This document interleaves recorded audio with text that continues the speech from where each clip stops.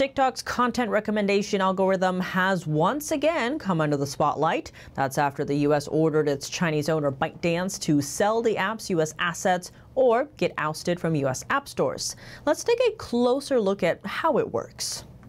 Before TikTok, many believed that the technology built on users' social connections was the secret sauce to a successful social media app. Such technology helped Meta's Facebook and Instagram become widely popular.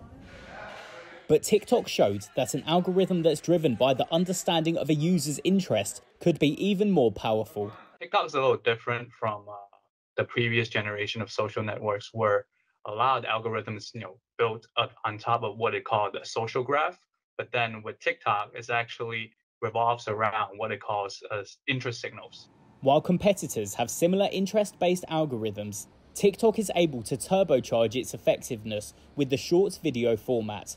If you think about YouTube, the average length of a video is about 10 minutes. So, the user interaction with it, is a lot more stagnant, when it compared to TikTok, when you get 10 seconds video, right? If you're scrolling through it, you like it or you follow it, that's sending through a lot of different data points to TikTok, which it can determine whether this is really suit your interest. So the speed at which it collects these data is unprecedented compared to a previous generation of social networks.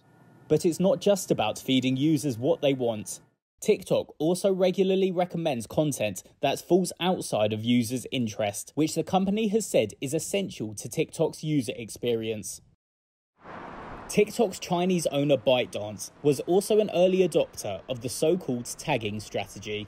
Through our conversations with some of the ex-ByteDance employees, we realized that there's one very unique advantage that TikTok has over the Western social media platforms, which is they focus very early on tagging or labeling every user and as well as every video that's on their platform. And they not only do it through machine vision, but then they also actually hire a bunch of people to manually, laboriously annotate a lot of these kind of contents and user profiles on their platforms. And as you know, in China, the labor cost is a lot cheaper. So ByteDance can afford to be deploying this strategy very quickly at a large scale, more so than its Western counterparts.